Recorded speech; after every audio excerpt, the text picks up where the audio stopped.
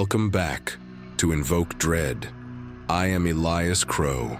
The shadows have not forgotten you. They wait patiently for the moment your guard slips. Tonight, in our second episode, we bring 4 more accounts, sent by those who still carry the weight of what they witnessed. They are not inventions. They are memories that refuse to fade. Stories of doors that should remain closed, voices that know your name, and places where time does not behave as it should. If you are ready, settle in. The dread is already here. The door that was never there. Michael rented a small house on the edge of a quiet suburb in Ohio. The place was old, built in the 1940s, but the rent was too good to pass up. The only strange thing was the layout. A long hallway on the second floor ended in a blank wall. No door, just plaster. One night around 2 a.m., he woke to the sound of knocking, soft, rhythmic, coming from the end of the hallway. He walked down with his phone flashlight in hand. The knocking stopped the moment he reached the wall. Then he heard breathing, slow, deliberate, on the other side. The next night it happened again. This time, when the knocking stopped, he pressed his ear against the wall. A voice, muffled, female, whispered his full name. Not just Michael, his middle name too, the one he never told anyone. The following day he tore into the drywall. Behind it, an old wooden door, painted over years ago. The landlord claimed he knew nothing about it. Michael opened it. Inside was a small, windowless room, empty except for a single wooden chair facing the wall. On the chair, a photograph. It showed Michael sleeping in his bed, taken from above. The date on the back was 3 nights earlier. He boarded the door shut. But ever since, every night he hears the knocking again. And sometimes, the breathing is closer. Right behind his own bedroom door. Some walls hide more than silence. Our next story takes us to the water. The diver who came back. Different Lisa was part of a recreational dive team exploring a sunken freighter off the coast of Florida. The wreck was 90 feet deep, but manageable. On the third dive, her partner Jake signaled that he was heading alone into a lower compartment. She waited at the entrance. He never came back out. The team searched for hours. No body, no bubbles, just his fins floating near the doorway. 2 weeks later, Jake walked into the dive shop. Alive. He said he had become disoriented, surfaced miles away, and caught a ride back. Everyone was relieved. But Lisa noticed changes. His eyes looked duller. He spoke more slowly, and he smelled faintly of salt water and decay, even after showering. One night, the group went out for drinks. Jake excused himself to the restroom. Lisa followed quietly. Through the crack in the door, she saw him staring at his reflection in the mirror. But he wasn't moving. The reflection was. It slowly turned, smiled at him, and mouthed words Jake did not say aloud. That night, Lisa received a text from his number. "Come dive with me again. The water misses you." She never replied. Jake stopped showing up to dives. But sometimes when she's alone near the ocean, Lisa hears bubbles rising and feels something cold brush against her ankle. The deep keeps what it claims. Now, something closer to home. The neighbor who knew too much. Claire lived in a quiet apartment complex in Seattle. Her neighbor across the hall, an older man named Mr. Harlan, was polite but distant. One morning he knocked on her door and asked if she had lost her keys. She had, 2 days earlier. He handed them to her with a smile. Found them in the hallway.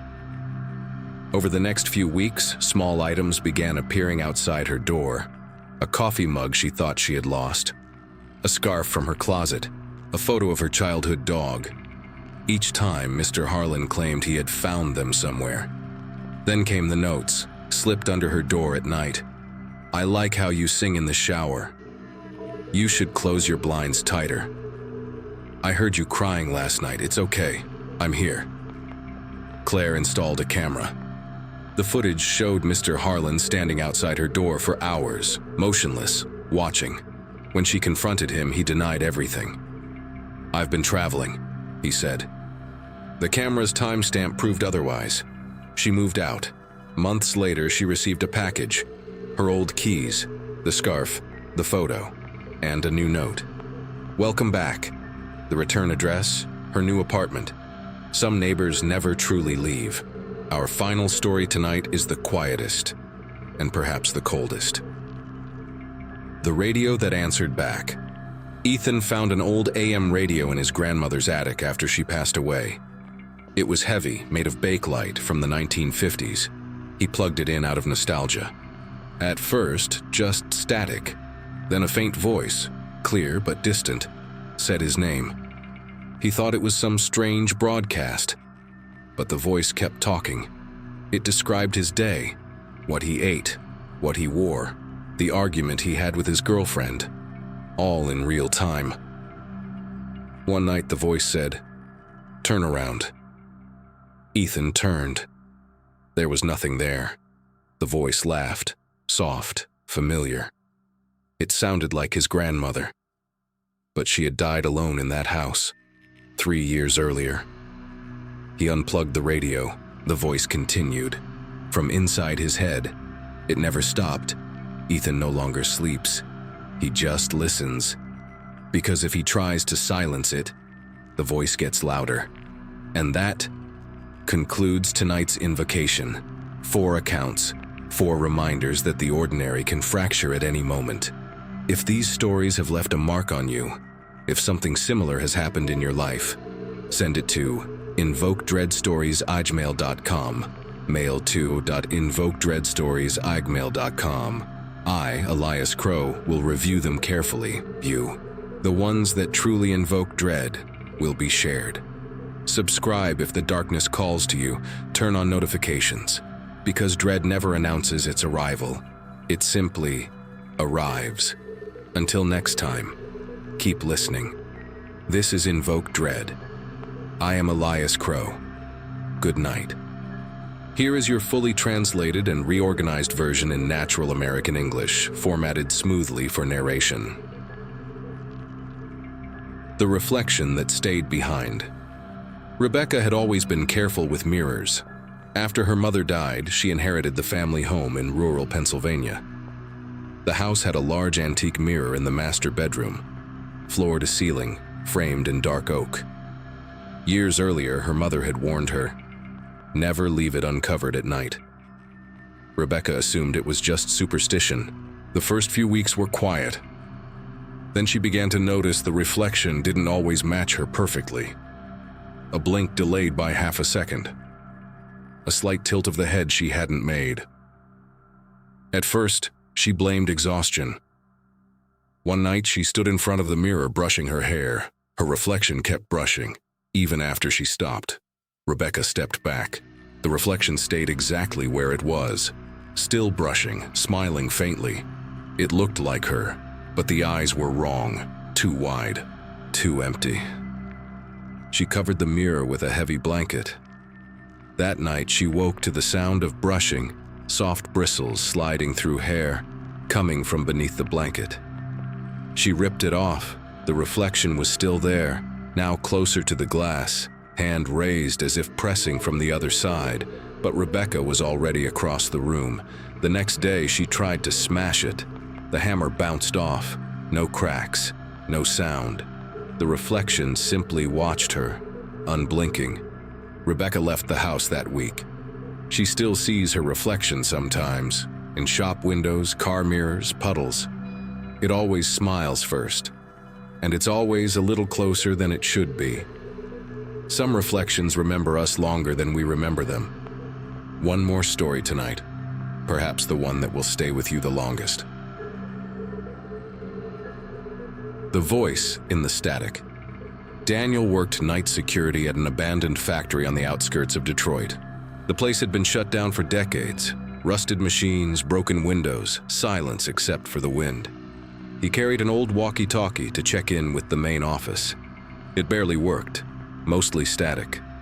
One shift around 3 a.m., the static cleared for just a moment. A child's voice came through, soft, giggling. "Daniel, are you there?" He assumed it was a prank from a coworker. "Who is this?" he replied. The answer came immediately. "I'm in the East Wing. Come find me." Daniel checked the cameras. Nothing, empty hallways. But the voice kept calling, closer now, as if the child were walking through the corridors toward him. He locked himself in the control room. The radio crackled again. "I can see you through the window." He looked up. No one outside. But on one of the security monitors, a small figure stood in the East Wing hallway. A girl, maybe 8 years old, wearing a white dress. She waved. Then the feed dissolved into static. Daniel stayed until dawn. When the morning shift arrived, he quit on the spot. Months later, he still hears the giggling sometimes, faint through his phone speaker, through his car radio, through the static of his own thoughts.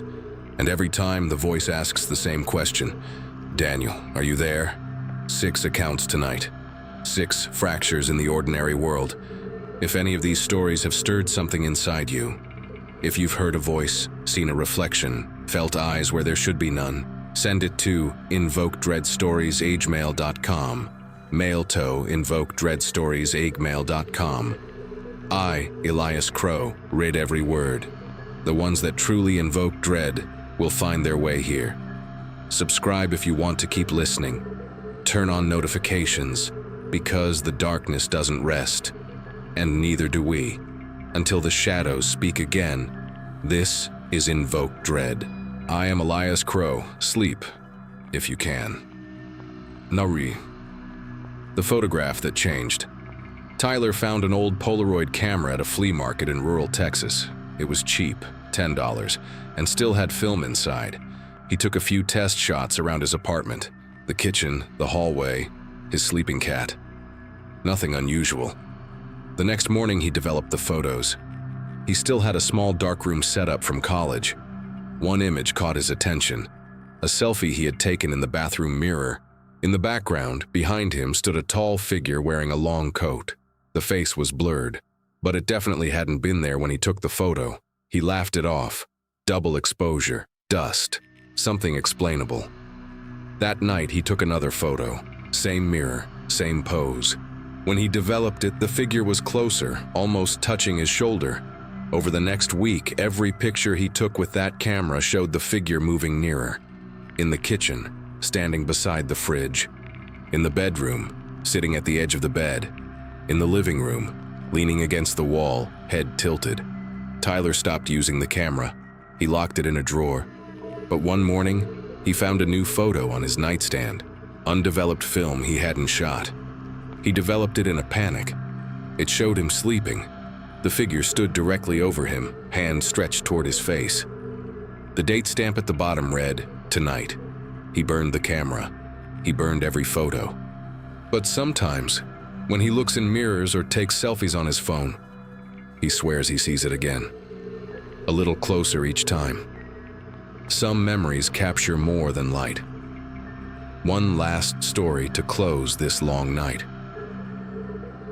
The song on the record.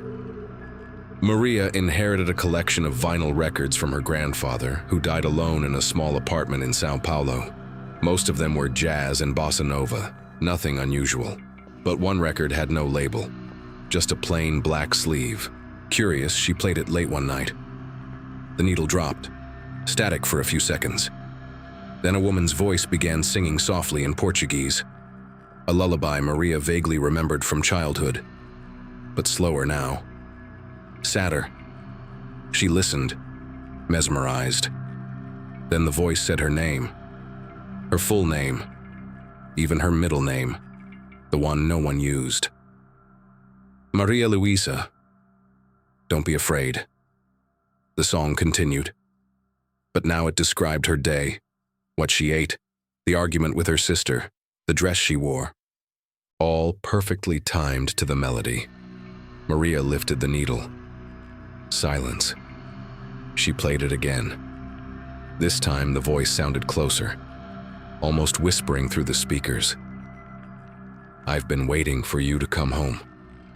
She smashed the record, but the next night the song played on its own, from her phone, from the TV speakers, from the radio in her car, always the same lullaby, always ending with the same words. Maria Luisa, I'm inside now. She hasn't slept in weeks. She just listens. Because when she turns everything off, the singing gets louder, and it's starting to sound like her own voice.